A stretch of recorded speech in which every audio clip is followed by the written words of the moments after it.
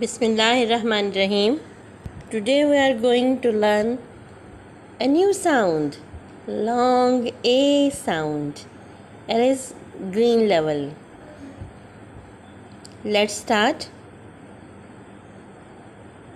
Say with me, D A day.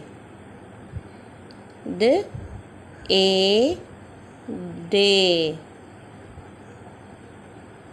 It is day right now. We sleep at night and we work in the day.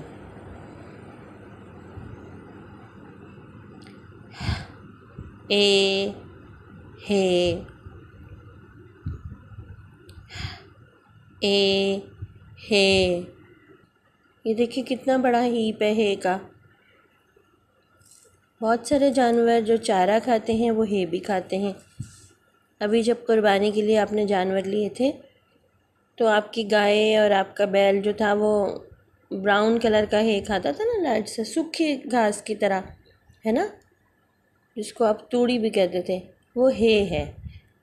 घास जब सूख जाए वो भी हे बन जाती है।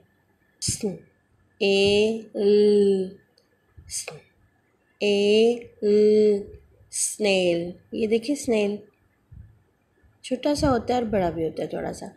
बहुत छोटे छोटे तो आपके घास वाले लॉन में भी मिल जाएंगे। Snail. Snail. What is it? Gate.